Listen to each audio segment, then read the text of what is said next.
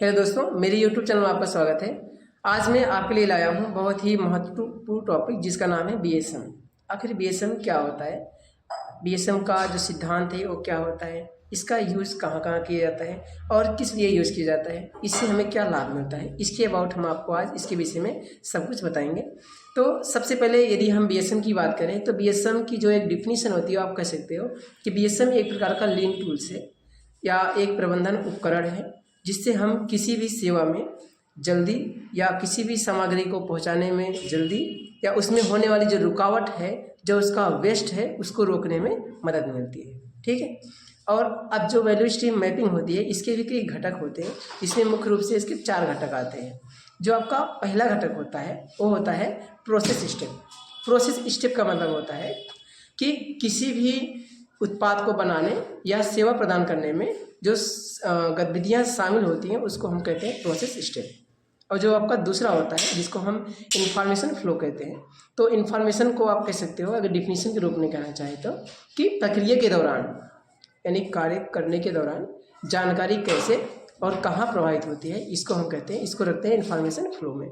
और तीसरा हमारा होता है मटेरियल फ्लो।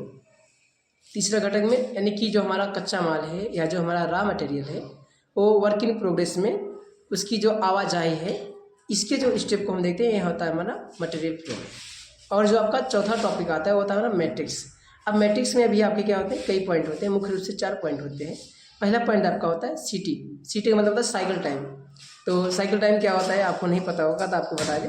साइकिल टाइम का जो मतलब होता है कि किसी एक चरण को पूरा करने में लगने वाला समय जो होता है उसे हम साइकिल टाइम कहते हैं। जैसे आपने एक डिवाइस उठाई, उसको आपको जो वर्क दिया गया है उस काम को करने के लिए उठाने से लेकर रखने तक का जो समय होता है, कंप्लीट करके काम रखने तक का समय, उसे हम साइकिल टाइम कहते हैं। सेम ऐसे क्या होता है, हमारा एक लीड टाइम होता है जिसको हम LT कहते हैं। अब लीड टाइम क्या होता है कि जो प्रक्रिया की शुरुआत है ना, शुरुआत से अंत तक का जो समय होता है, कुल समय को हम क्या कहते हैं, लीड टाइम कहते हैं। ठीक है। और जो आपका चौथा होता है, तीसरा होता है हमारा है value added time. Value added time का मतलब होता है वह समय जो उत्पाद या सेवा में सीधा मूल्य जोड़ता है, इसको हम कहते हैं वैल्यू एडेड टाइम। और जो आपका चौथा होता है इसको हम कहते हैं non value added time. Non value added time का मतलब होता है वह समय प्रक्रिया में जो बर्बाद होता है, जो मूल्य में नहीं जुड़ता है, उसको हम कहते हैं non value time, non value added time. इस तरीके से हम जो BSM है इसमें इन चीज़ों को क्या करते हैं, निकाल लेते हैं कि हमारे पास क्या चीज़ अनावश्यक है, क्या आवश्यक है और किसकी हमें नीड है, किसकी नहीं है। ठीक है। वैल्यू स्ट्रीम मैपिंग क्या करती है, हर चीज़ की वैल्यू को स्ट्रीम करने में मैप करती है। ठीक है। यानी कि किसी चीज़ को मापने में हमें मदद करती है। तो अब इसके जो चरण होते हैं, वैल्यू स्ट्रीम मैपिंग बनाने के जो चरण होते हैं वो भी क्या होते हैं आपके 5 से 6 चरण होते हैं आपके।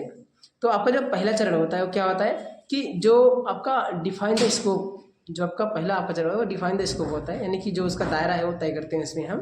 ठीक है। और जो दूसरा आपका होता है गैदर टाइम, जो हमारा डाटा है ना उसको इकट्ठा करने के लिए, डेटा हम कितना इकट्ठा कर रहे हैं उसमें, जैसे कि आपका कि समय कितना लगा, संसाधन कितने हैं, उसका सामग्री कितना है, उसको एकत्र करने में कितना टाइम लगा, ये चीज़ हमारी आती है गैदर डाटा में। और जो तीसरा आपका आता है वो होता है आपका मैप द करंट स्टेटस।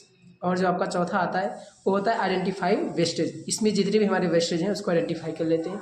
और जो आपका पांचवा आता है वो होता है क्या होता है, डिजाइन द फ्यूचर स्टेट, जो उसका आने वाला फ्यूचर स्टेट है उसके विषय में डिजाइन करते हैं।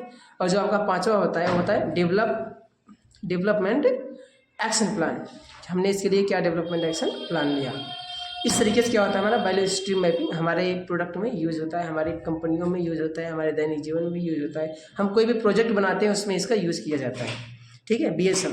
अब आखिर BSM का यूज़ करने से हमें फ़ायदा क्या होते हैं, तो हम फायदे में कह सकते हैं ये क्या करता है, हमारे जो भी हमारी बर्बादी का समय है उसको हटाने में और सुधार करने में हमारी सहायता करता है।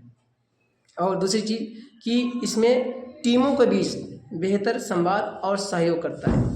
और तीसरा टॉपिक अगर इसमें हम पॉइंट अगर ढूंढना चाहें तो कह सकते हैं कि प्रक्रियाओं का जो विजुअल रिप्रेजेंटेशन होता है उसको समझने में हमें आसानी होती है। और चौथा कह सकते हैं कि सुधार के लिए जो प्राथमिकता तय करने में मदद मिलती है वो हमारी किससे मिलती है, BSM से मिलती है। ठीक है। यदि आप भी अपने जीवन में कोई भी प्रोजेक्ट बनाते हैं, आपको कभी मौका मिलता है तो आप उसमें BSM का उपयोग करके अपने प्रोजेक्ट को बहुत ही बेहतर तरीके से उसको इफेक्टिवनेस बना सकते हैं। ठीक है। Thank you. अगर आपको चैनल पसंद आया हो तो आप मेरे चैनल को लाइक, सब्सक्राइब और बेल आइकन की घंटी ना दबाना भूलें। Thank you.